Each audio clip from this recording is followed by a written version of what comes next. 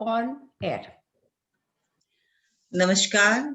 आज साल के आखिरी दिन देवदीति फाउंडेशन की तरफ से आप सबका हमारे ट्रांसफॉर्मेशन सीरीज में बहुत बहुत स्वागत है। जैसा कि आप लोग सभी जानते हैं कि Devdeeti foundation is working towards women empowerment. One of the main ethos of Devdeeti foundation is to empower our women of the community or of the lower strata. So how do we do that? How the history is teaching us, or the epics are teaching us? It's always been a woman who's been the stronghold of the household. You know, has to be strong enough to deal with entire family or the society. और जो हमने सबने इस Covid time में सीखा है, अगर घर की लेडी स्ट्रांग नहीं है तो वो जो वर्किंग फ्रॉम होम है, चाहे बच्चे हैं, चाहे खुद हैं, चाहे हस्बैंड है, अगर लेडी स्ट्रांग नहीं है तो वो सबको इकट्ठे नहीं बांध के रख सकती। आज के जमाने में जब स्पेस का इतना हो गया, गिव मी स्पेस, और सबके सब 4 जने एक घर में बैठ के काम कर रहे हैं, तो who has to be strong enough to deal कि सबका खाना पीना, चाहे कितने भी हम नौकर रख लें, it's the lady of the house who deals with it. And it is not only at home, it is how we carry ourselves in society also. अगर मैं घर में अच्छी हूँ तो मैं बाहर भी अच्छी रहूंगी, तभी मेरा आस पड़ोस मेरे साथ अच्छा रहेगा। ये हमें हमारी माँ, हमारी बहनें, हमारी सास सब सिखाती हैं, और मेन फोक को भी सिखाती हैं। बट मैंने देखा है, पर्सनल एक्सपीरियंस भी, और जैसा माँ दादी हमारी बताती थी, men folk are not that strong emotionally also, they are not strong at all. So who has to do it? And it is the lady. और हम अगर अपनी हिस्ट्री खोल के देखें या हम अपने एपिक्स खोल के देखें तो हमें हर जगह एक वुमेन का स्ट्रॉन्ग होल्ड दिखेगा, चाहे वो रामायण है, चाहे महाभारत। और आज इस 2020 को हम बाय बाय करते हुए एक चीज का नियम सबने मन मन में ले रखा है कि वील फाइट इट स्ट्रॉन्ग। हमने देख लिया कोविड हमें क्या क्या सिखाता है। तो आइए, हमारी जो पुरानी लेडीज, हमारी एंशियंट लेडीज हैं, लाइक द्रौपदी, मंदोदरी, अहिल्या, सपना जी is talking about 5 ladies. So all the Tara and Mandodari, Kunti. So these 5 ladies, how strong they were. चाहे आप उनको नेगेटिव में याद करें या पॉजिटिव में याद करें, but they were strong ladies and what they did, logically they did right. So हमारी जो co-founder हैं सपना जी, आज इन 5 लेडीज के विषय में हमें सुनाएंगी, उनकी स्टोरीज बताएंगी, and how important they played a role in all the epics also.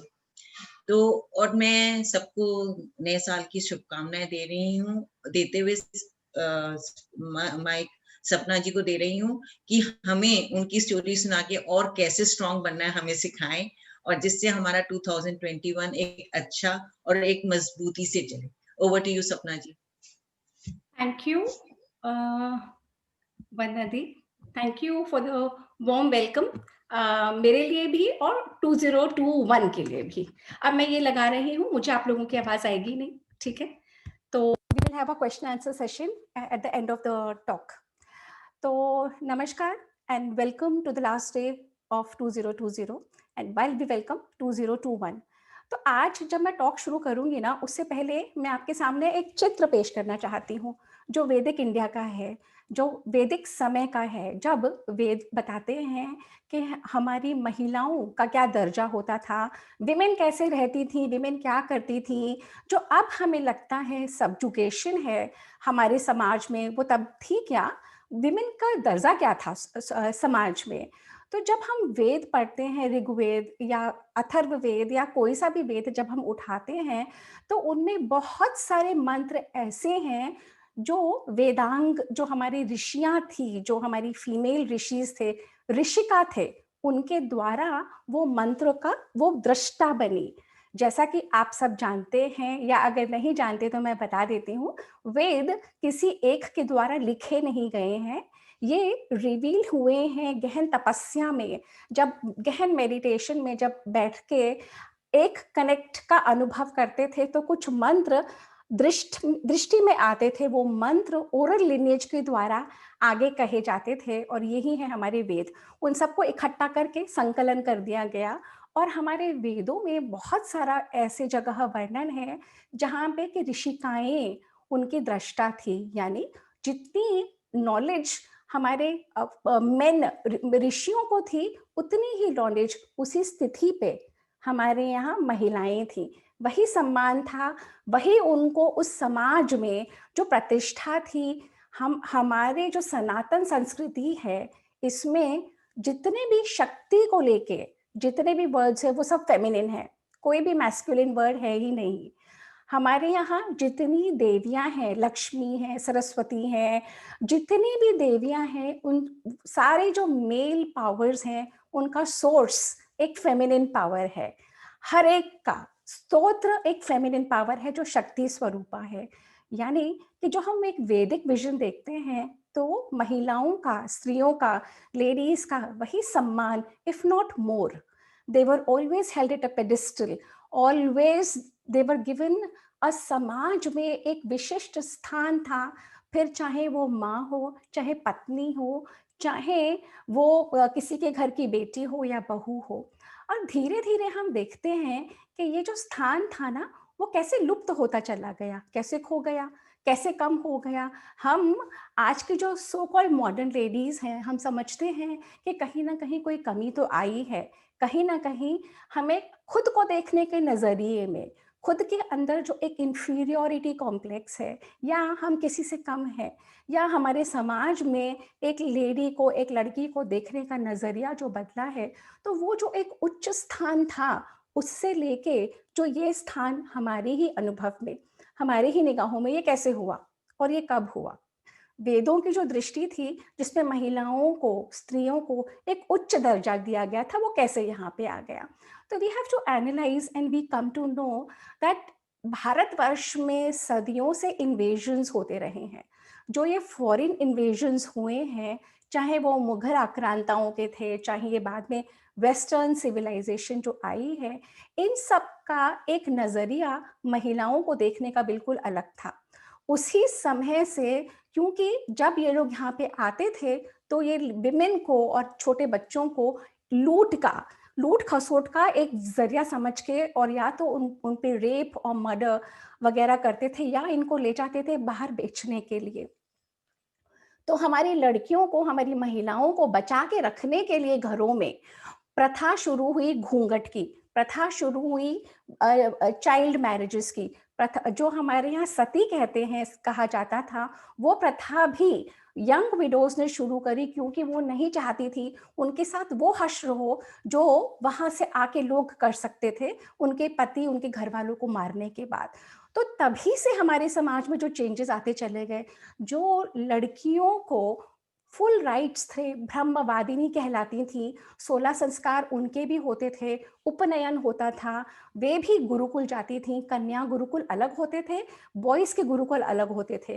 वे भी गुरुकुल जाती थी, और वे भी वहां पे, एक सेकंड में एडमिट कर दूं, वरना आप एडमिट नहीं कर रहे शायद।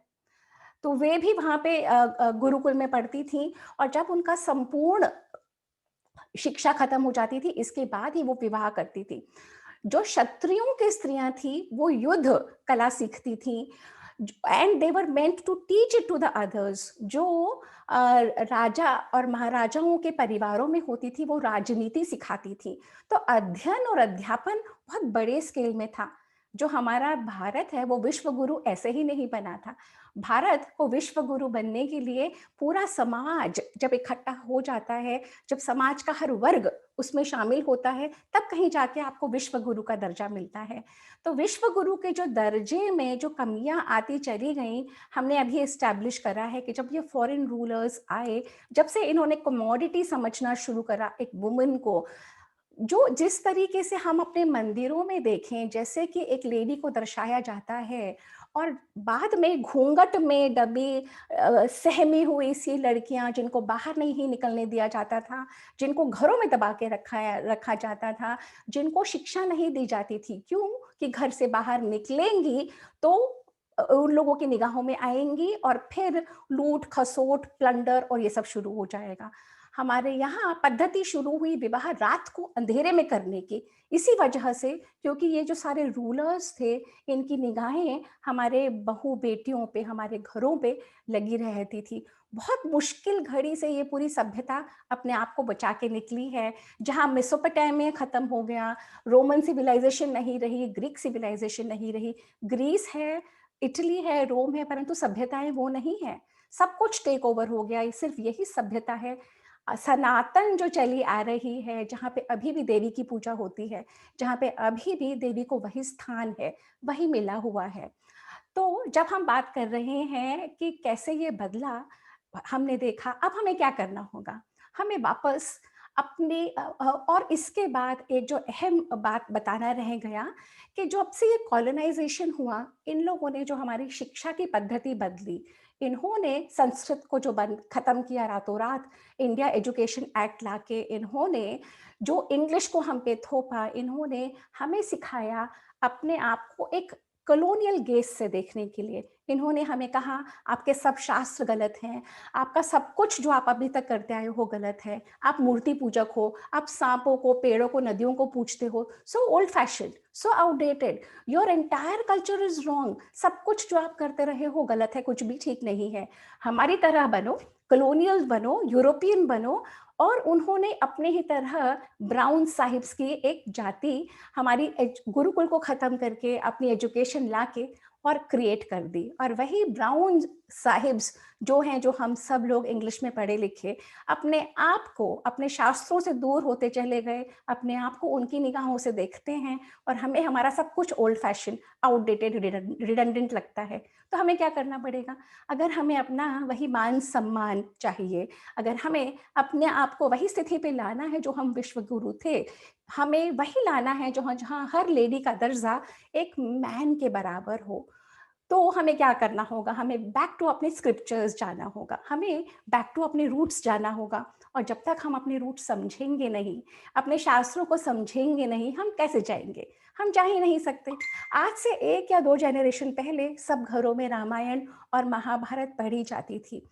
जब हम छोटे थे, हमारी दादियाँ नानियाँ पढ़ती थीं, परंतु हमारे माँ बाप के जनरेशन से खत्म हो गया। हमारे तक आते आते so old fashion, outdated, who reads the Ramayana any more, who reads the Mahabharata. हम सब जितना अलग होते गए अपने ही कल्चर से, उतनी हम में वो इंफीरियोरिटी कॉम्प्लेक्स, आत्मग्लानि भरती चली गई और हम वेस्ट की अंधी दौड़ में चलते चले गए।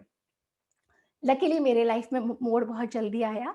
सिंस 30 इयर्स पहले मैं वेदों से, भगवद गीता से और रामायण से जुड़ी, और आज जो मैं शेयर कर रही हूँ ये पंचकन्या के बारे में है। पंचकन्या जिन्हें एक बहुत सुंदर मंत्र है ये है, अहिल्या, द्रौपदी, तारा, कुंती, मंदोदरी तथा पंचकन्या स्मरे नित्यम महापातक नाशनम। अहिल्या,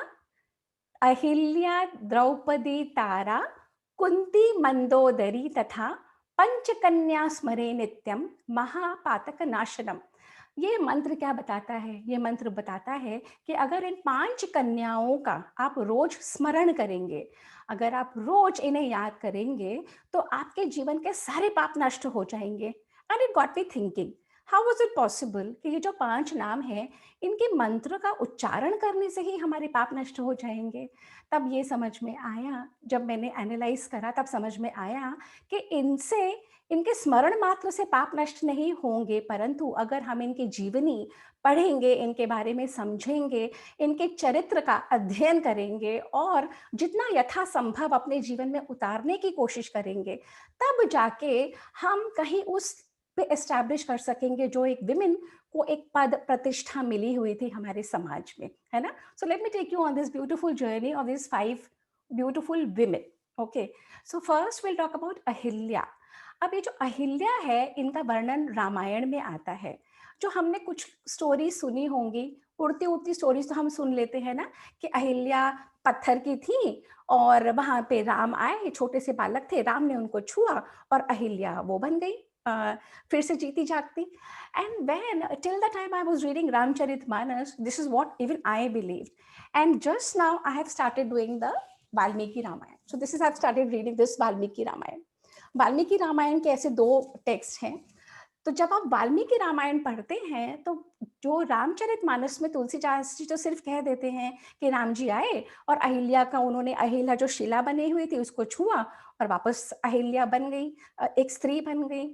तुलसीदास जी बता, और फिर हम सोचते हैं कि क्यों अहिल्या ऐसे पत्थर की बन गई। तो इस वाल्मीकि रामायण में जिक्र आता है। वाल्मीकि रामायण में क्या जिक्र आता है? ये जिक्र आता है कि अहिल्या एक बहुत खूबसूरत, ब्रह्मा जी ने क्रिएट करा था एक दोष रहित, एक बहुत खूबसूरत लड़की को। और ब्रह्मा जी, वो इतनी ज्यादा सुंदर थी, और ब्रह्मा जी ने को उसे किसी को देना था पालने के लिए। उन्होंने गौतम ऋषि को बुलाया और उनको कहा, ये कन्या को आप पालिए। जब कन्या को गौतम ऋषि ने पाला, और जब वो अराउंड 17-18 वर्ष की हो गई, तब उस कन्या को लेके गौतम ऋषि वापस ब्रह्मा जी के पास गए कि ये लीजिए, ये कन्या जो आपने छोटी सी दी थी, ये संपूर्ण युवती बन गई है। ब्रह्मा जी ये देख के गौतम ऋषि की तपस्या और गौतम ऋषि का संयम इतने प्रसन्न हुए कि इतनी सुंदर कन्या को देखने के बावजूद ब्रह्मा जी के मन में कोई और गौतम ऋषि के मन में कोई और विचार नहीं आया।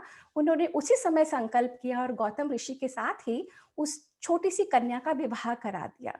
अब गौतम ऋषि और अहिल्या विवाह करके और वन में, आश्रम में रहने लगे। दोनों तप करते थे, दोनों बहुत अच्छा जीवन जी रहे थे। अहिल्या के एक पुत्र हुआ जिसका नाम है शतानंदा। शतानंद जो थे, वो बाद में जाके जनक के दरबार में मंत्री बने। तो अहिल्या और अहिल्या और गौतम ऋषि जब रहते थे, तो इंद्र स्वर्ग में से रोज देखते थे कि ये इतनी सुंदर युवती है और ये एक ऋषि के साथ रह रही है। इतनी खूबसूरत ऋषि, इतनी खूबसूरत, इतनी प्यारी, इतनी गुणवान, शील से युक्त ये जो स्त्री थी। इंद्र बार बार उसे देखते, and Indra got so oriented towards हर। इंद्र वहां से उतरे और इंद्र अपने आप को रोक नहीं पाए। उन्होंने गौतम ऋषि का वेश धारण किया, और जब गौतम ऋषि गए हुए थे स्नान करने के लिए, इंद्र अहिल्या की कुटिया के बाहर आए। उन्होंने अंदर प्रवेश करा और उन्होंने अहिल्या को, वाल्मीकि रामायण में क्लियर टर्म्स में लिखा हुआ है, उन्होंने अहिल्या को कहा, मैं अपने आप को रोक नहीं पा रहा हूं, मुझे तुम्हारे साथ यूनियन चाहिए।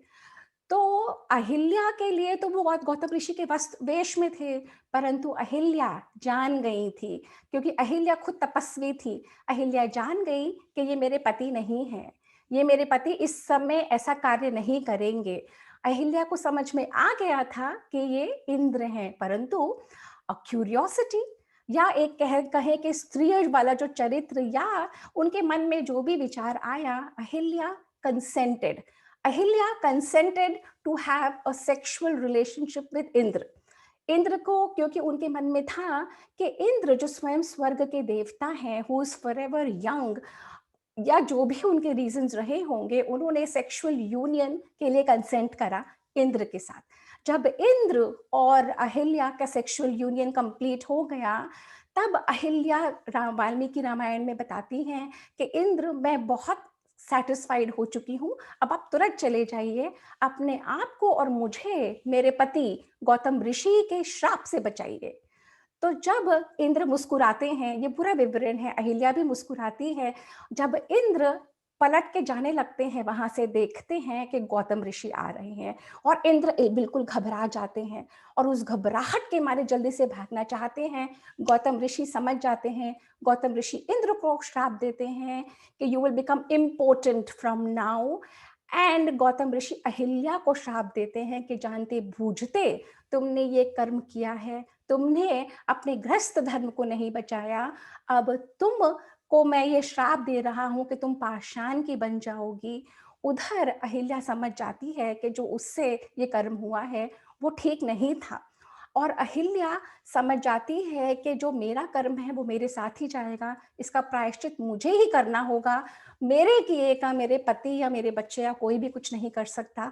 तो जब वो प्रायश्चित करना चाहती हैं, जब वो गौतम ऋषि के सामने गिड़गिड़ाती हैं, तो गौतम ऋषि कहते हैं कि तुम तपस्या करो, तप करो, तुम इस तरीके से रहो कि तुम सिर्फ हवा, वायु के ऊपर, और सिर्फ सांस लेके रहो बिना कुछ खाए पिए।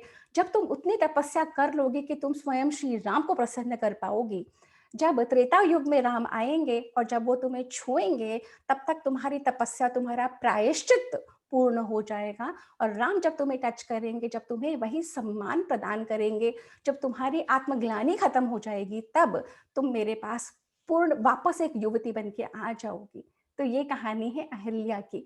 अहिल्या की कहानी जो हमें बताती है कि एक महिला जो जानबूझ के कार्य करती है, वो और उसे जब पता लग जाता है कि ये कार्य गलत हुआ है मुझसे, तो तब जब उसे जो प्रायश्चित का कर्म करना होता है, जब वो गलती को ठीक करने का कर्म करना पड़ता है, तो कितनी शांति से वो भाव को लेती है और बिल्कुल संयम से अपना बचा हुआ जीवन व्यतीत करके अपने आप को प्रिपेयर करती है, उस लेवल पे लाती है कि स्वयं श्री राम आए और उसका उद्धार करें। तो ये रही अहिल्या अहिल्या की पहली कहानी। जो सेकंड पंचकन्या है वो है द्रौपदी।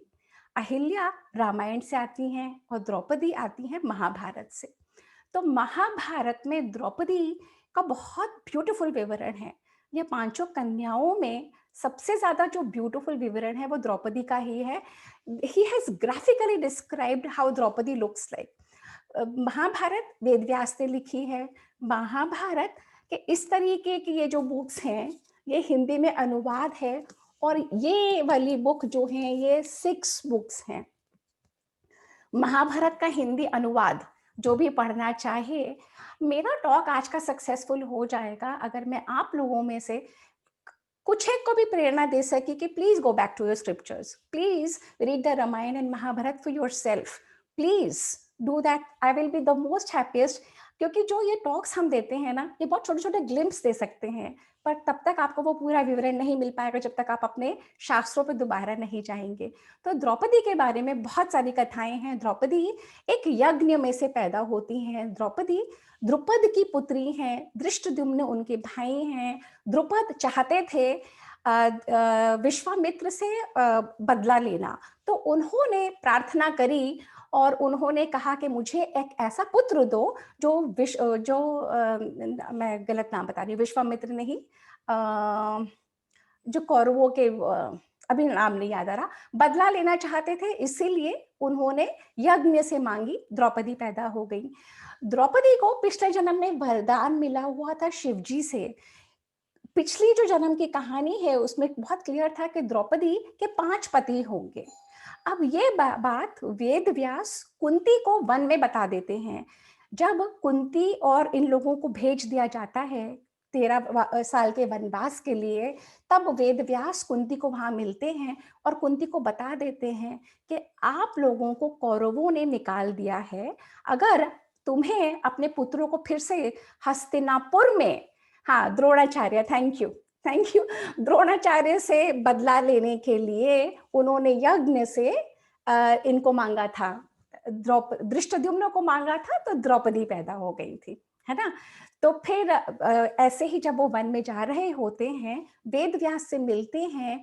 ये है कुंती, द्रौपदी के विवाह से पहले कुंती को पता लग जाता है कि जो एक ऐसी लड़की है द्रौपदी जिसके 5 पति उसके पहले जन्म में बताए गए हैं।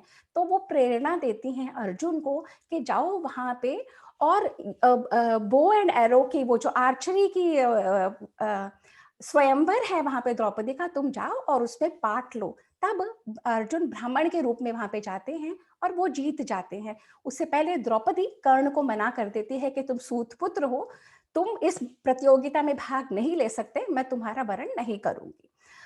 तो अर्जुन जब जीत जाते हैं और अर्जुन और भीम द्रौपदी को लेके जब घर जाते हैं, तो कुंती अंदर बैठी होती हैं और अर्जुन बताते हैं माँ देखो हम क्या लाए।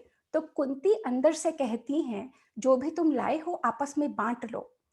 बाद में सारे लोगों ने बताया कि ये गलत था, कुंती को अपने किए की ग्लानि थी, परंतु नहीं, महाभारत में क्लियरली लिखा है कि कुंती जानती थी। कुंती को पता था कि 5 पुत्र उनके तभी एक रह पाएंगे अगर उनके बीच में एक ही वाइफ होगी, एक ही बहू होगी। अगर 5 अलग अलग पत्नियां आएंगी, उनके बेटों को अलग अलग डायरेक्शंस में ले जाएंगी, जो जुड़ के एक वो करना चाहती थी हस्तिनापुर को वापस लेने के लिए, वो प्रयास खत्म हो जाएगा। तो कुंती ने जानबूझ के उस समय कहा कि जो भी तुम लोग लाए हो वो बांट लो। और द्रौपदी को क्योंकि पहले जन्म में ये वरदान मिल चुका था शिव जी से कि तुम्हारे 5 पति होंगे जो श्रेष्ठ होंगे, जो देवताओं के समान होंगे। तो ये था रीजन। कुंती द्रौपदी की जगह जैसे ही विवाह हुआ 5 में बटी। द्रौपदी की अगर हम लाइफ हिस्ट्री देखें, कोई भी ऐसी लाइफ जो पूरे भरे सभा में, दरबार में, जिस जो प्रिंसेस थी, राजकन्या का जीवन जिया, भरे सभा में अपने ससुरों के सामने, अपने सब ज्येष्ठों के सामने उनका चीरहरण हुआ। महाभारत में उनके सब पुत्र खत्म हो गए, उनके पिता, उनके पुत्र, उनके भाई, सबका विनाश हो गया। द्रौपदी ने जो अपने अंदर एक ज्वाला बना के रखी थी कि मैं अपने केश तब तक नहीं बांधूंगी जब तक कि ये दुशासन के रक्त से नहीं धुलेंगे। द्रौपदी साम दाम दंड भेद इन पांचों को अपने मुट्ठी में रख के अपने कार्य को कैसे करवाना है, अपने गति को कैसे आगे ले जाना है, अपने देश को कैसे हासिल करना है। अपने पिता को द्रौपदी ने दुर्वासा के श्राप से बचाया। अलग अलग काम पे ये जो कन्याएं हैं, इनमें इतना बल है, इतनी स्ट्रेंथ है कि ये अपने ही घर वालों के सामने ढाल बन के खड़ी हो जाती हैं। द्रौपदी ने अपने 5 पतियों को एक करके उनका अलाइनमेंट थॉट ऐसे रखा कि हमें ये हासिल करना ही है। 12-13 वर्ष के अज्ञातवास में एक दिन भी किसी को भूलने नहीं दिया। यहाँ तक कि कृष्ण को भी द्रौपदी बार बार कहती थी कि तुम मेरे सखा हो, तुम भी नहीं कर रहे, तुम्हें जो काम करना चाहिए। Draupadi is the only person in Mahabharata जो कृष्ण से को डांटती हैं, कृष्ण को बोलती हैं कि तुम क्या कर रहे हो, क्यों कर रहे हो। तो द्रौपदी को जो हम विवरण देखते हैं, extremely strong lady, extremely strong. Draupadi भी अयोनिजा है, किसी भी मदर की वुम्ब से नहीं पैदा हुई, है ना। अब द्रौपदी को यही रखते हैं, हम चलते हैं थर्ड लेडी। अब थर्ड लेडी कौन सी है? अहिल्या द्रौपदी तारा। तारा तारा थी जो, तारा का विवरण भी बहुत सुंदर है। तारा कहीं कहीं कहते हैं समुद्र मंथन में उत्पन्न हुई, कहीं कहीं कहते हैं वो बृहस्पति की पौत्री थी। कहते हैं कि जब समुद्र मंथन में ये उत्पन्न हुई थी, तो जब ये निकली तो she was so beautiful, gorgeous, extremely beautiful.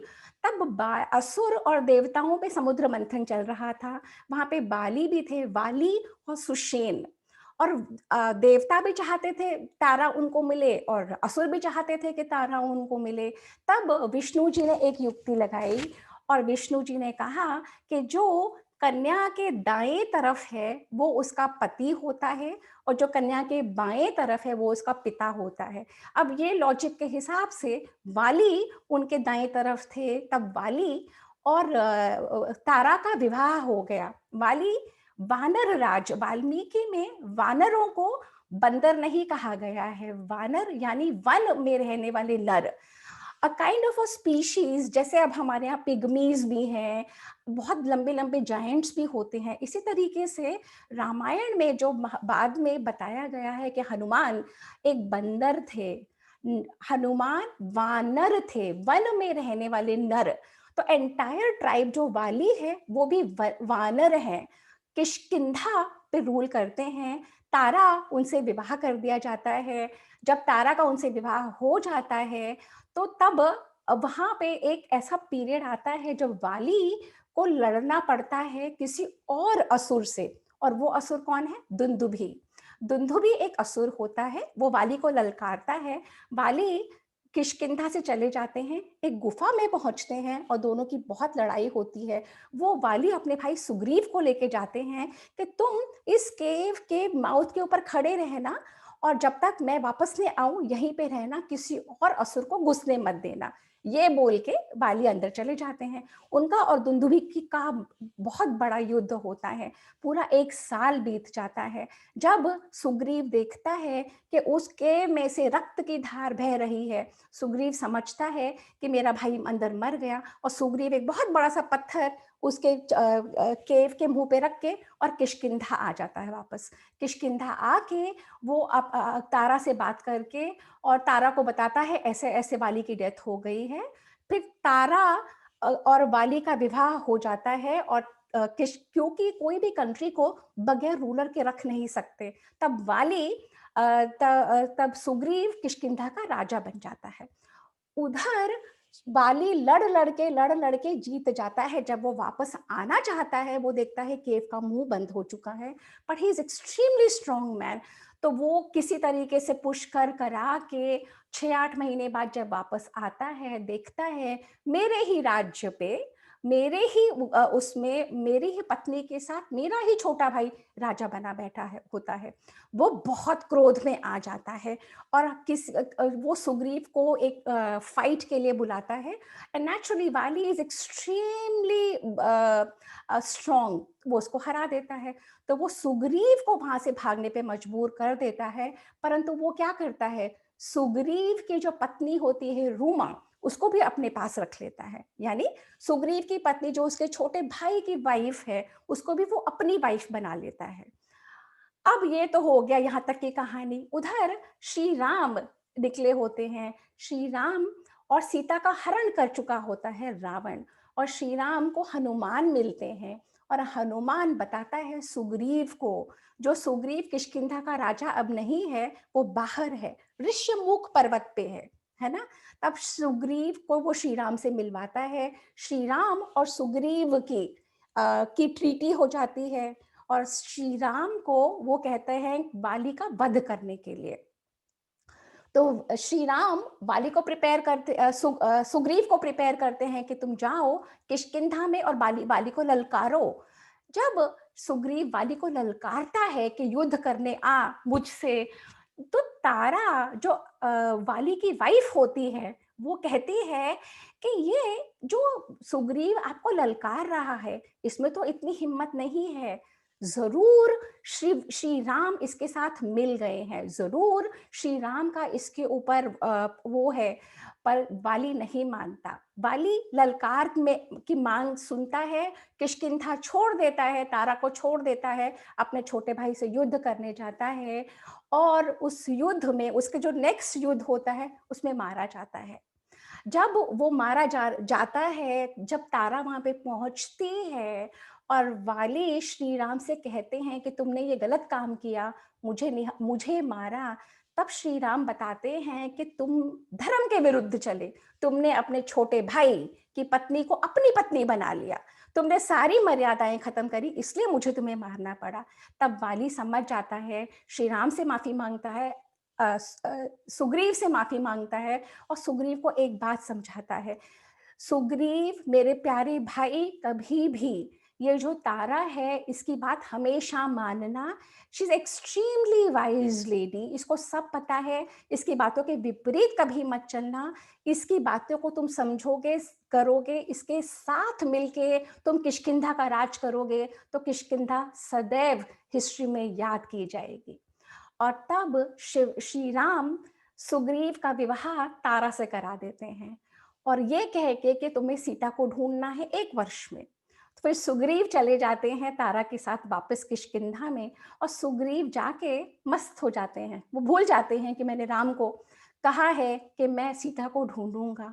और तब जब 1 वर्ष बीत जाता है, पर्वत के ऊपर श्री राम और लक्ष्मण बैठे हैं, समय बीतता चला जा रहा है, श्री राम देख रहे हैं कि कोई सुग्रीव की तरफ से कोई एक्शन नहीं है, तो लक्ष्मण को भेजते हैं। वो बहुत क्रोध में आके किष्किंधा आते हैं, किष्किंधा में सुग्रीव के महल में जाते हैं, और इतने क्रोध में, और तब सुग्रीव डर जाता है। तब तारा को कहता है, तारा मुझे बचाओ, ये लक्ष्मण क्यों आए हैं। तब तारा बताती है कि आपको जो जो काम करना था आपने तो किया नहीं। तब तारा शील्ड की तरह खड़ी हो जाती है सुग्रीव के सामने, लक्ष्मण के पास जाती है और समझाती है कि हे लक्ष्मणा, आप तो नरों में भी श्रेष्ठ स्वयं भगवान हो, आप तो जानते हो ये काम किसी को नहीं छोड़ता। सुग्रीव तो फिर वानर है, ये जो काम से पीड़ित हो के सुग्रीव अपने महल में रंग रेलियों में लगा है, परंतु मैं बता रही हूँ सुग्रीव ऑलरेडी सेनाओं को भेज चुका है अलग अलग जगह, east west north south, Sita को ढूंढने का काम चालू हो चुका है। सब काम चल रहा है। तो जो सुग्रीव कहने में डरता है, जब लक्ष्मण देखते हैं कि तारा आके बता रही है, तो बड़ा सुंदर सा विवरण है इसमें वाल्मीकि रामायण में, कि तारा एक कोमल सी युवती, आंखों में मद लिए हुए, स्लेंडर वेस्टेड ब्यूटीफुल लेडी, जब वो लक्ष्मण के सामने आती है, लक्ष्मण की आंखें सकुचा जाती हैं। तो आधा बैटल लक्ष्मण का गुस्सा आधा तो वहीं खत्म हो जाता है, क्योंकि जब किसी को क्रोध आ रहा है तो सबसे पहले होता है कि उसका गुस्सा शांत करना, शांत करके फिर अपनी बात कहना। तो तारा ने पहले उन्हें शांत करा, फिर पूरी अपनी बात समझाई। इस तरह की से ये तीसरी कन्या तारा समय समय पे अपने दोनों पति वाली और सुग्रीव के ढाल लेके खड़ी हो गई, एक स्ट्रेंथ की तरह, और पूरी किष्किंधा को द चीफ क्वीन की तरह उन्होंने रूल भी करा, हमेशा अपने पतियों को सही सलाह दी, और हमेशा हमेशा उनको ये बताया कि कैसे अपना जीवन आगे निकालना चाहिए। ये जो पांचों कन्याएं हैं ना, इनके जीवन में बहुत अनहोनी घटी, बहुत कुछ प्रॉब्लम्स आई, परंतु कभी इनके चेहरे से मुस्कुराहट नहीं गई। हमेशा बल से, सशक्ति से प्रॉब्लम्स को उन्होंने फेस करा, अपने परिवार को इकट्ठा करा, अपने पति, अपने पिता, अपने बच्चों, सबके ऊपर एक ढाल बन के जो खड़ी रही, वो पंचकन्या चौथी अब कौन सी है? अहिल्या, द्रौपदी, तारा, कुंती, मंदोदरी तथा। अब हम आ रहे हैं कुंती पे। कुंती फिर महाभारत का पात्र है। कुंती सासू जी हैं द्रौपदी की। अब महाभारत भारत में से दो महिलाएं हैं, सास बहू का जोड़ा, कुंती और द्रौपदी। द्रौपदी के 5 हस्बैंड्स थे। यहाँ कुंती के भी उतने ही एसोसिएशंस थे अलग अलग। मजे की ये बात है, ये जो पंच कन्या कहते हैं ना, इनके मल्टीपल स्पाउसेस रहे हैं, मल्टीपल हस्बैंड्स रहे हैं। कन्या उनको कहते हैं जो वर्जिन होती हैं, जिनके फिजिकल रिलेशनशिप्स नहीं होते, ऐसा हम समझते हैं, है ना। परंतु हमारे शास्त्र बताते हैं कि कन्यत्व वो गुण है जिससे फिजिकल इंटीमेसी का होना या नहीं होना का कोई कोई मेल नहीं है। जो इन पांचों कन्याओं में जो स्पिरिचुअल पावर थी, एक स्ट्रेंथ था, एक बल था, वो इनके फिजिकल वर्जिनिटी से कहीं ऊपर थी, कहीं ओवरशैडो कर चुकी थी, इसीलिए ये पंच कन्याओं में आती हैं। तो कुंती का जीवन अगर हम देखें, कुंती के जीवन में भी बहुत सारी समस्याएं। कुंती का जीवन, पहली बात तो कुंती कुंती भोज को गोद चली गई थी। कुंती श्री कृष्ण की बुआ, शूरसेन की पुत्री, और वसुदेव जो श्री कृष्ण के पिता हैं, वसुदेव की बहन। तो कुंती हुई उनकी बुआ, है ना। जब कुंती बुआ हुई, कुंती के का विवाह पांडु के साथ हुआ। कुछ ही समय में पांडु ने एक और विवाह कर लिया माद्री के साथ। तो Kunti never got to be the only queen. दो विवाह, कुंती की एक स्टेप वो आ गई, एक वाइफ और आ गई। फिर पता लगा कि पांडु को तो इस तरीके का श्राप मिला हुआ है कि अगर वो फिजिकल रिलेशनशिप रखेगा उसकी डेथ हो जाएगी। विवाह हुआ, हस्बैंड से कोई फिजिकल रिलेशनशिप रख नहीं सकते थे। इससे पहले कुंती की लाइफ में कुछ और हो चुका था। क्या हो चुका था? कि कुंती को दुर्वासा ऋषि ने वर दिया था। जब कुंती बहुत प्रे कर रही थी, तपस्या कर रही थी, तो दुर्वासा ऋषि बहुत प्रसन्न हुए और उन्हें वर दिया कि तुम्हें ऐसा वर देता हूं कि तुम जिस भी देवता का आवाहन करोगी, वो देवता स्वयं आएगा और जो तुम्हें चाहिए वो तुम्हें मिल जाएगा। बट कुंती अगेन अहिल्या की तरह क्यूरियस थी।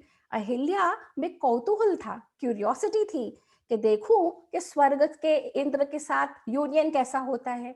कुंती में क्यूरियोसिटी ये थी कि जो मंत्र दिया है दुर्वासा ऋषि ने, उसको देखूं तो सही यूज करके। तो कुंती उस समय विवाहित नहीं थी। कुंती ने वो मंत्र यूज करा, सूर्य को देखा और सूर्य आ गए। अब सूर्य कहते हैं मैं तो आ गया और मैं तो तुम्हें कुछ देके ही जाऊंगा। तो वो कुंती ने कहा नहीं, मुझे कुछ नहीं चाहिए। सूर्य ने कहा तुम्हें तो लेना पड़ेगा। तो कुंती ने कहा कि मुझे फिर आपके जैसा पुत्र दो। तब कर्ण पैदा हुए, परंतु लोकलाज के भय से कुंती ने कर्ण को, कहते हैं 1 साल वो अपनी दासियों के साथ अलग रही। जब कर्ण पैदा हुए, कर्ण को नदी में बहा के और कुंती वापस आ गई। कुंती ने सूर्यदेव से ये मांगा था कि जब भी मुझे ये वर आप दें, अगर मेरा बच्चा होता है तो वापस मैं कन्या बन जाऊं। ये पांचों कन्याएं बच्चों के बावजूद, फिजिकल रिलेशनशिप्स के बावजूद कन्याएं ही बनी रही टिल द एंड। उनका spiritual power was much more than their physical power. तो जब कुंती के कर्ण हो गया, पांडु से विवाह हो गया, पांडु से बच्चे हो नहीं सकते थे, पांडु ने उनको कहा नियोग करने के लिए, तब कुंती ने बताया कि मेरे पास तो ऑलरेडी ऐसा वरदान है।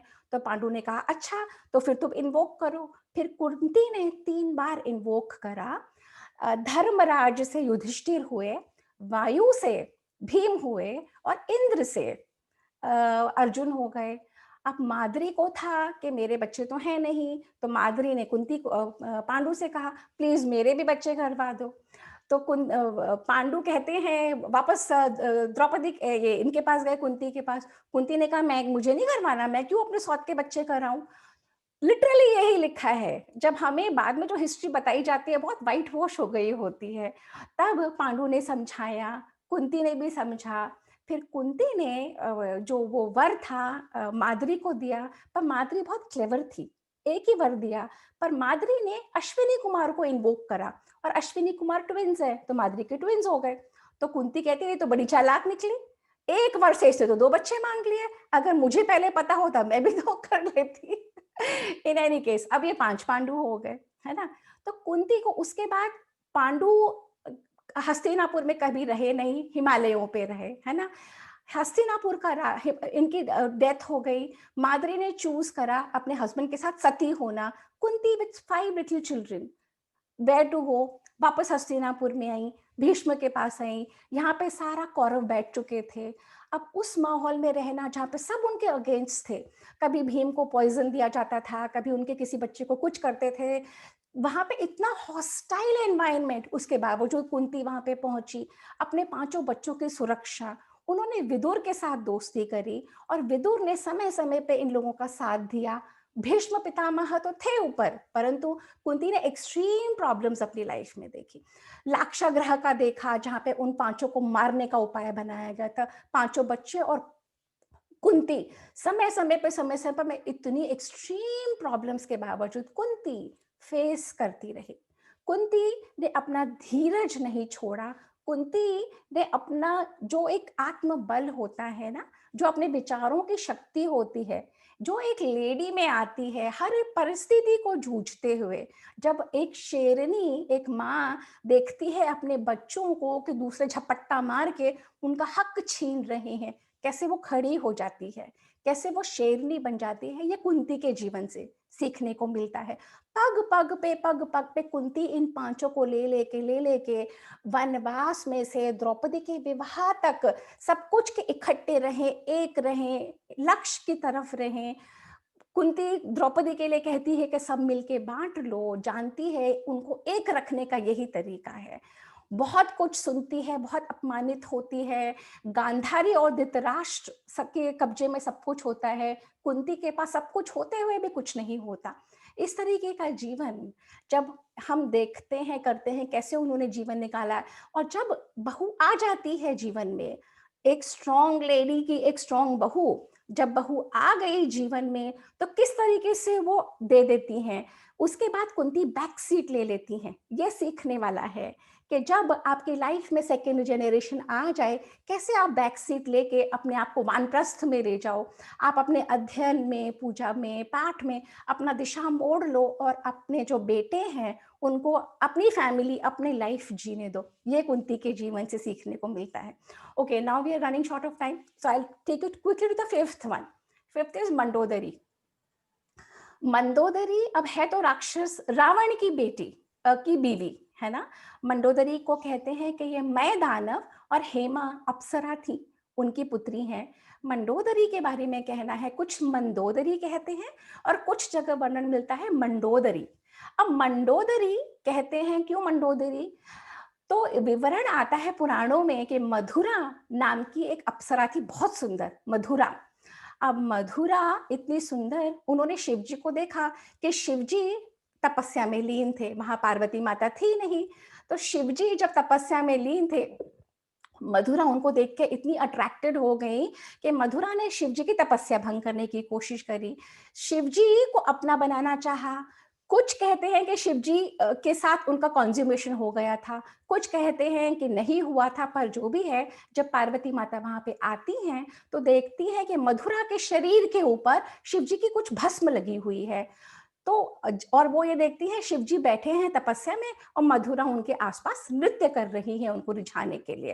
अब पार्वती माता क्रोधित हो जाती है और श्राप दे देती हैं, श्राप देती है मधुरा को कि जो तूने ये कृत्य किया है, मेरे पति की तपस्या भंग कर रही है और उनको रिझा रही है, तू मेढक बन जा।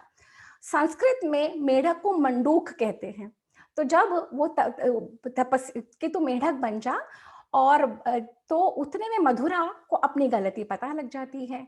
तो जब वो पार्वती माता से माफी मांगती है तो और शिव जी भी कहते हैं इसकी गलती नहीं है, इसको तो माफ कर दो। तो पार्वती माता कहती है अगर ये प्रायश्चित करेगी और 12 वर्ष तक कुएं में रहेगी मंडूक बन के, और हमेशा इसका ध्यान आप में ही लगा रहेगा, तपस्या करती रहेगी, तब एक खूबसूरत युवती बन जाएगी। तो 12 वर्ष तक वो मधुरा एक कुएं में रह के तपस्या करती है। उधर मैं दानव और हेमा के बेटे होते हैं पर कोई बेटी नहीं होती। तो उस समय भी हमारे वेदों में बेटी प्राप्त करने के लिए वो लोग वन में जाते हैं और घोर तपस्या करते हैं। तो कहते हैं जब इसके 12 वर्ष पूर्ण हो जाते हैं और ये कुएं में बन जाती है खूबसूरत लड़की, एक कन्या, तब वहां पे मैं दानव और हेमा की भी तपस्या पूरी हो गई होती है। और वो जब कुएं में से आवाज देती है कोई है, तो जब ये लोग झांकते हैं तो इतनी खूबसूरत कन्या, तो ये उसको अपने घर ले जाते हैं और ये उनकी पुत्री बन जाती है। क्योंकि ये मंडूक के रूप में थी, इसलिए इसका नाम बन गया मंडोदरी। अब मंडोदरी क्योंकि पहले जन्म में शिव जी के अनन्य भक्त थी, तब मंडोदरी को इस जन्म में वो इनकी पुत्री बन जाती है। उधर रावण जो पूरे विश्व पे दानवों का, राक्षसों का राजा बन चुका होता है, वो मैं दानव से मिलने आता है। मैं दानव से मिलने जब आता है तो देखता है बहुत सुंदर एक कन्या और उसका मन इसके ऊपर आ जाता है। पर मैं दानव मना कर देते हैं कि मैं तो नहीं करूंगा, मेरी कन्या अभी मुझे मिली है, मैं तुमसे विवाह नहीं करूंगा। रावण कहता है मैं तुम पे अटैक करूंगा। तब मंडोदरी इतनी समझदार, अपने पिता को और पूरे उनके राज्य को बचाने के लिए, ये जानते हुए कि रावण एक सीरियल रेपिस्ट है, रावण जो विमेन उसके अब उसमें आती हैं सबको उठा के ले जाता है और सबका शील भंग करता है। पर वो अपने पिता को, राज्य को बचाने के लिए और ये समझ के कि ये मेरे ही अगले पिछले जन्मों का वो है, she decides to marry Ravana and she goes to Lanka with him. Ravana को हर पर पग पग पर सचेत करती है कि तुम गलत हो, ये काम मत करो, ऐसे मत करो, ऐसे मत जियो। She constantly goes on counselling Ravan, पर रावण अपने घमंड में, अपने अहंकार में, अपने उसमें कुछ नहीं सुनता, इसकी कोई बात नहीं मानता। ये इसकी चीफ क्वीन होती है, हमेशा धर्म। इसके जीवन से क्या सीखने को मिलता है कि चाहे आप गलत के साथ भी रहें, आप गलत मत बने, आप अपने जीवन को सदा सही रास्ते पे रखें। कोशिश करें कि अपने माहौल को बता सकें कि क्या सही क्या गलत। अगर माहौल फिर भी नहीं मानता, आप अपने ध्येय पे रहें, क्योंकि अकेले आप आए हैं, अकेले चले जाएंगे। आपका किया आपके साथ है, आपके पति, आपके बच्चे, आपका परिवार सब आपसे अलग है। तो ये पांचों कन्याओं की संक्षिप्त में मैंने वर्णन आपको सुनाया है। ये पांचों कन्याओं का नित्य स्मरण मात्र करने से, ये जो मंत्र है, ये कहते हैं हमारे पाप नष्ट हो जाते हैं। पाप नष्ट सिर्फ सिर्फ स्मरण मात्र से तो होंगे नहीं, अगर हम इनका चरित्र जानेंगे, समझेंगे, इन्होंने क्या क्या किया, क्या नहीं किया, कैसे अपना जीवन बिताया। अहिल्या ने जानते जानते बूझते एक पर पुरुष का संसर्ग करा। जब वो समझ गई तो उन्होंने खुद प्रायश्चित करा और पति और उनका बेटा सब छोड़ के चले गए। अपने अपने कर्म अपने अपने साथ जब हम समझ जाते हैं, और ये हमारे शास्त्र सिखाते हैं। और अब मैं क्वेश्चन को ओपन कर रही हूँ सबके लिए, अगर कोई कुछ पूछना चाहता है, कोई कुछ कहना चाहता है। Please, the session is open for everyone. Wonderful, Bhabhi. बहुत ही अच्छा. Like we've all heard all these stories and details. थोड़ी बहुत लोगों ने अहिल्या की डिटेल भी सुनी हुई है, थोड़ी बहुत मंदोदरी की भी सुनी हुई है, तारा की भी सुनी हुई है. बट क्या है कि जितनी उससे कि वो पूरा श्लोक के साथ कि इनको पांचों को स्मरण क्यों करना चाहिए, ये पहली दफे, मैंने तो पहली दफे सुना. And I think many of us must have listened it for the first time, though we must have read epics also. ऐसा नहीं है कि सबने पढ़े हुए हैं और सबके जहन में होगा, बट मैंने तो पहली बार ही सुना. So but you know very what? I opening, very I opening. Thank you. So you know what, this कि ये जब श्लोक मैं पढ़ती थी, क्योंकि हमारी एजुकेशन सबकी इंग्लिश मीडियम में हो चुकी है, हम इन सब चीज़ों से दूर हो चुके हैं, हमें खुद ही नहीं पता. पर चूंकि अपने शास्त्रों से जुड़ी रही, तो और जब मैंने ये श्लोक पढ़ा and it got me thinking, and when I went more deep into it and then I realised, oh my god, जो हम समझते हैं कि जो चीज़ है जो हमें पता ही नहीं है, और हम अपनी ही चीज़ों से वंचित रह गए हैं, है ना? तो अब किसी को क्वेश्चन है तो वो आप देख लीजिए चैट पे, अगर चैट पे कोई लिखना चाहे या चैट पे तो अभी तक तो कॉम्प्लीमेंट्स हैं, amazing and wonderful session and very engrossing, very nice. अच्छा, सो उषा जी जो आपने लिखा है वंडरफुल नॉलेज यू हैव, ऐसा कुछ नहीं है. नॉलेज हम सबके पास, हम सबको उतना ही वक्त मिला है, भगवान ने दिया है. हम उसे यूज करते हैं या लूज करते हैं. आज लास्ट डे है 2020 का, कल 2021. अगर हम अपना जीवन एनालाइज करें कि ये 2020 में क्या खोया, क्या पाया, तब हम समझ जाएंगे. कितने लोग ऐसे हैं जो रात को सोते हैं, सुबह नहीं उठते. मेरी माँ उनमें से एक थी. उनके जीवन से मैंने सीखा कि समय बहुत छोटा है और बहुत थोड़ा. मैंने अपनी सास के जीवन से सीखा, जिन्होंने सब कुछ संभाल रखा था और अल्जाइमर्स की वजह से खुद को और अपने बच्चों को भी नहीं जानती, कि जो ये समय हमारे पास है बहुत थोड़ा है, बहुत छोटा है. अगर हम यूज नहीं करेंगे तो वैसे भी हाथों में रेत की तरह निकल गया. तो जब ये समझ में आया और जब हम हर पल को यूज करना शुरू कर देते हैं, तब नॉलेज हम सबको आ जाती है. ऐसा कुछ अनोखा मैंने नहीं किया. कोशिश है कि इस मुहिम में मैं सबको मोटिवेट कर सकूं. Please go back to your scriptures.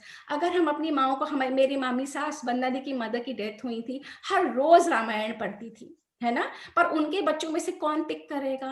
वो जिसको समझ में आ जाएगा कि इन शास्त्रों में सब कुछ है, और अपना अगर हम रोज 1 घंटा भी दें, 15 मिनट भी दें, आधा घंटा भी दें. मैं सोचती थी कैसे पढ़ूंगी, पर मेरी एक कंप्लीट हो चुकी है, सेकंड शुरू कर रही हूँ. रोज के अगर हम 5 पन्ने भी पढ़ते हैं तो हम कर सकते हैं. हम टीवी पे, फेसबुक पे, व्हाट्सएप पे इतना समय जाया करते हैं, है ना?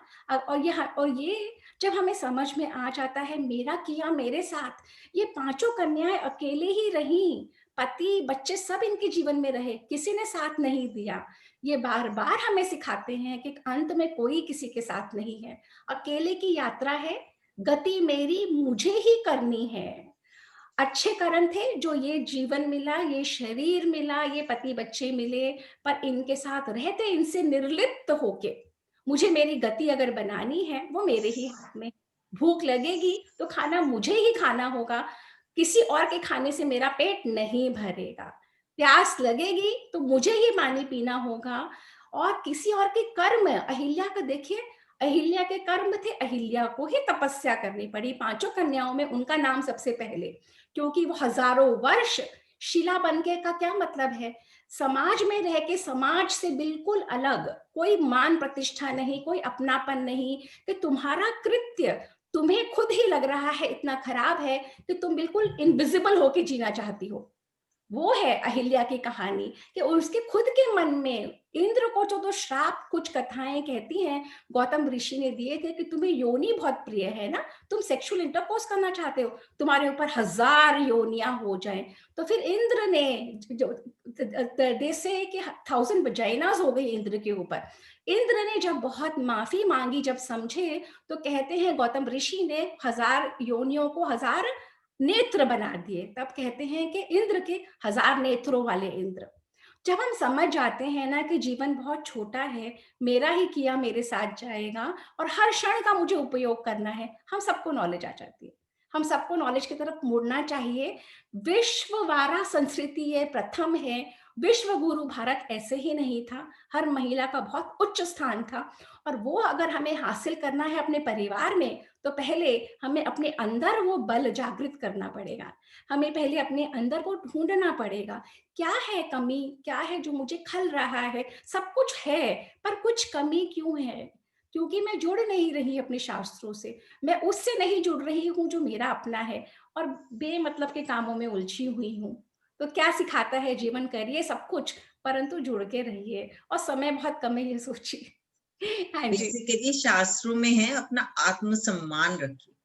बेसिकली जो आई गैदर फ्रॉम इट कि हम लेडीज अपने आप का ही रिस्पेक्ट नहीं करती, इसलिए दुनिया नहीं करती। हम अच्छा, आज एक अपनी बात और, रिस्पेक्ट करना शुरू कर दें। पहले एक बात, ऑल दीज एक बात और उससे पहले रह जाए, आप ये देखिए कि हमारे समाज में कहते हैं कि अगर किसी लड़की के साथ रेप हो जाए, उस लड़की को बहुत दिखा देते हैं कि वो बहुत गलत है।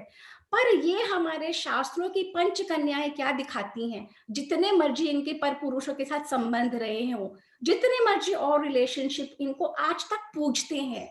इनके साथ जो जो हुआ या नहीं हुआ, उसके बावजूद ये हजारों वर्षों से ये मंत्र चला आ रहा है, इनके बारे में इनको पूजो।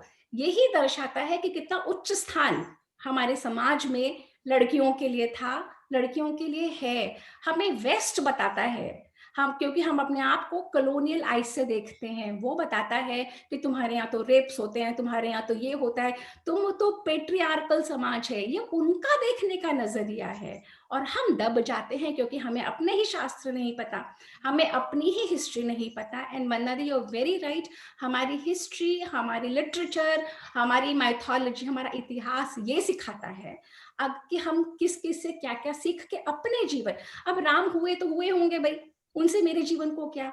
अगर मैं उनके आदर्शों पे चल सकी, अगर अपना जीवन वैसे बना पाई सीता की तरह, तो हमारे यहाँ भगवान, कोई भगवान भगवान ऐसे नहीं है। जो श्रेष्ठ पुरुष हैं, जिनका आचरण, जिनका बिहेवियर ऐसा रहा है, जिनको हम अपना रोल मॉडल बना के जी सके, वो भगवान है। तभी ये सनातन संस्कृति है जिसको हर एक कोई खत्म करने को बैठा है, क्रिश्चियंस कन्वर्जन करके, इस्लामिक इन्वेजन्स, और हम क्रिसमस मनाते हैं, वो टोपियां लगा के खुश होते हैं, और अपनी संस्कृति का पता ही नहीं, अपनी संस्कृति के बारे में कुछ नहीं पता, क्योंकि कलोनियलिज्म ने बता दिया सब गलत, सब अंधविश्वास, इंग्लिश, सब कुछ भेड़चाल, everything that you are doing. Fine लगता था ना स्कूलों में, हमने भी फाइन दिए, अपनी भाषा में बोलो तो फाइन, उनकी भाषा में बोलो तो ठीक। तो हम सबने वो फाइन दे दे के हम जो बन गए। पर अब अगर हमें जोड़ना है और अपने बच्चों को जोड़ना है, तो जहाँ पे जितने लोग हैं, go back to your roots. हमारे बच्चे हमारे कहे से नहीं सुनते। जब बच्चे देखेंगे कि घर, हमें बताया गया कि घर में महाभारत मत रखो, लड़ाई हो जाती है, क्यों? क्योंकि रखोगे और पढ़ोगे तो तुम सशक्त बनोगे, तो मत रखो। उन्होंने कहा मत रखो घर में, और रामायण तो ओल्ड फैशन बैक।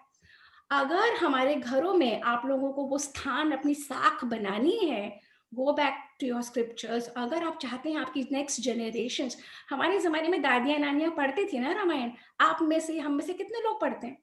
पढ़ो, अब हम वो दादियां नानियां हैं। अगर हम नहीं करेंगे तो हमारे नेक्स्ट जनरेशन कैसे करेंगे? कभी भी नहीं करेंगे, नहीं करेंगे ना।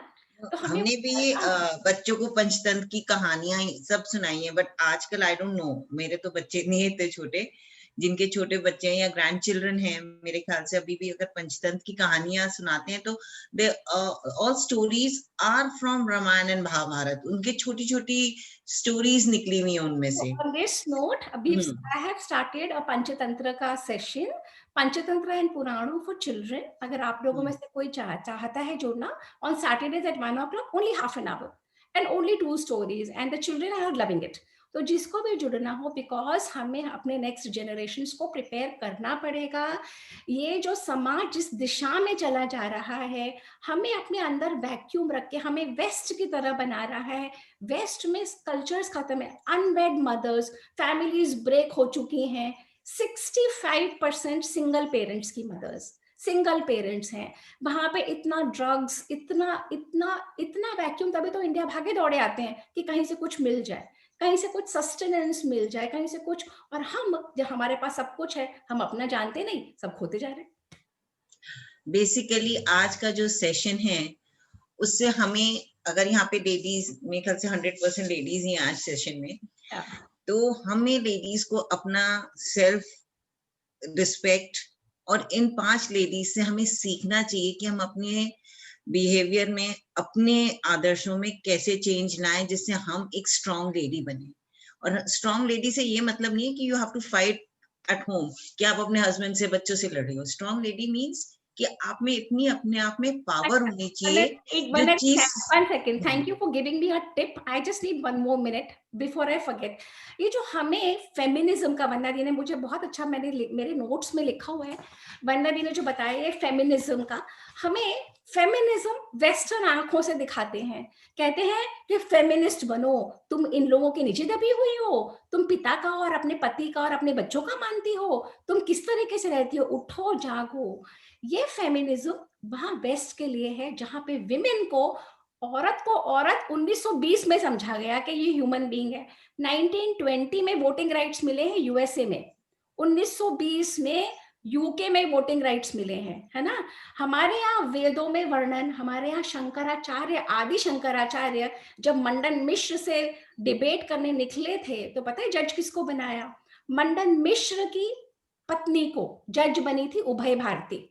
तो हमारे सनातन संस्कृति में हर तरह की महिलाओं का सम्मान और एक ऊंचा दर्जा। वेस्ट में विमेन को कहते हैं एडम की रिब्स से निकली है ना। वेस्ट में कहते हैं औरतों का कोई दर्जा नहीं है, तो वहां पे औरतों को लड़ना पड़ता है, विमेन को लड़ना पड़ता है फॉर देयर राइट्स। तो वो फेमिनिज्म वेस्ट के लिए है, और वो लड़ लड़ के अपने आप को अकेला कर लेती हैं, परिवार से अकेली हो जाती हैं, बच्चों से अलग हो जाती हैं, और जब 50-60 की होती है बिल्कुल अकेला जीवन जीती हैं, कोई होता नहीं उनके पास। हमें ये पांचों कन्या, वंदना दी आपका जो पॉइंट था, हमें ये पांचों कन्याएं सिखाती हैं परिवार को जोड़ते हुए, अपने पति, अपना मायका, अपना ससुराल, अपने बच्चों के साथ मिलते हुए ये अपना अस्तित्व, कहीं वो दबी नहीं, मंडोदरी राक्षस की बीवी थी, पर अस्तित्व अपना अलग, तारा वाली और सुग्रीव की, but completely independent lady who was a queen in both Bali and Sugriv. Mandodari ने भी विभीषण से शादी विवाह करवाया राम ने बाद में, क्यों?